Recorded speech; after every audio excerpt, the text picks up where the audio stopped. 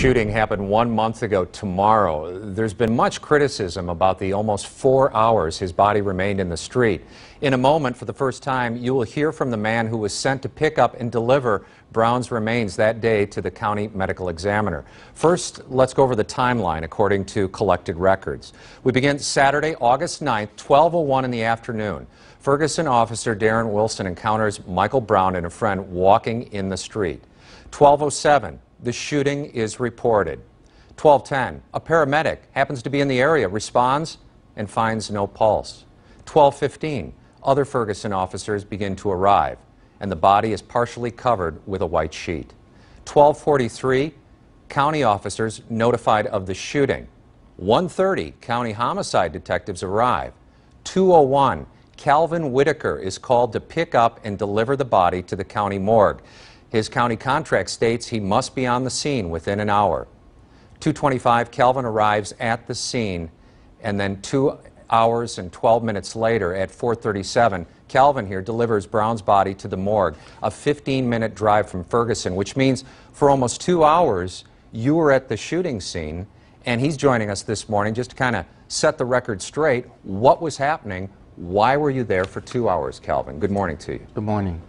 First of all, I'd like to say my heart goes out to all the families that are involved in this. Also, I'd like to say my company is a contracted company with the City Medical Examiner's and Office. Also the county as well. Right, City and County Medical Examiner's Office. We are not employees of that office. We are not pathologists. We're not police officers. We're not even death investigators. Technically, the term is livery service. You deliver. Right, correct.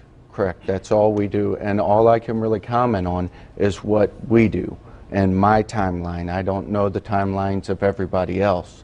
But what I am is I am a licensed Missouri funeral director, and we care for both the living and the dead.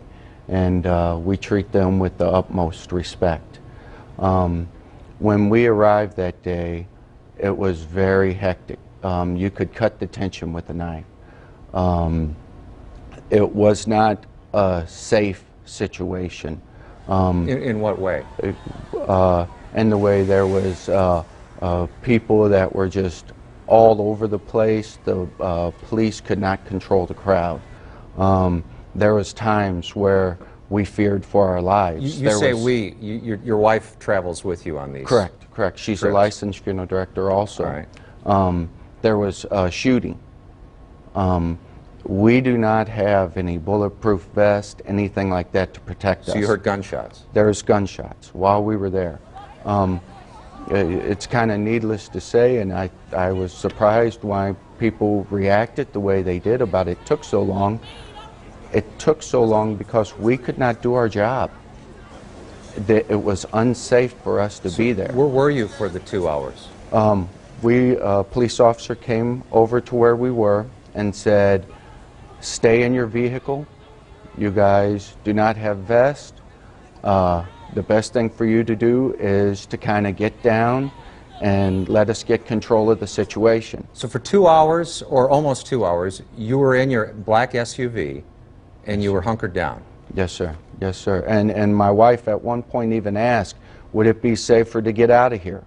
And there was nowhere for us to go. We were inside of the circle that everybody sees on TV, the circle of people. Right. We were inside. So how did you eventually pick up Mr. Brown's body and then head to the morgue, your 15-minute drive? Sure. Eventually what had happened was the family of Mr. Brown was out there, and they were pleading with people, the crowd. They were pleading with them, saying, please, please, step back.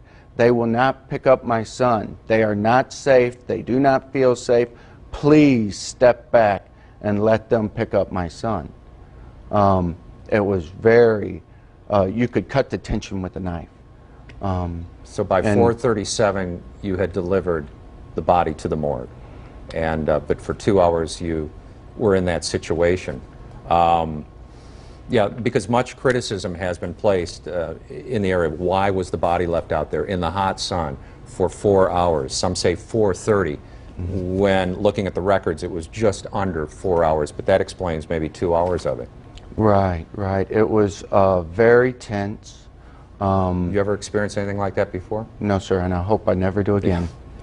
Calvin, thank you so much for coming in and sharing Thank your you. story. We appreciate And I it. hope that clears up some of what happened. And again, anything I say is not a reflection on the police department or the medical examiner's speak for office. yourself. I speak for myself, and we're just a contracted All right. company. Calvin Whitaker, thanks for coming in. We appreciate it. Thank you. Randy?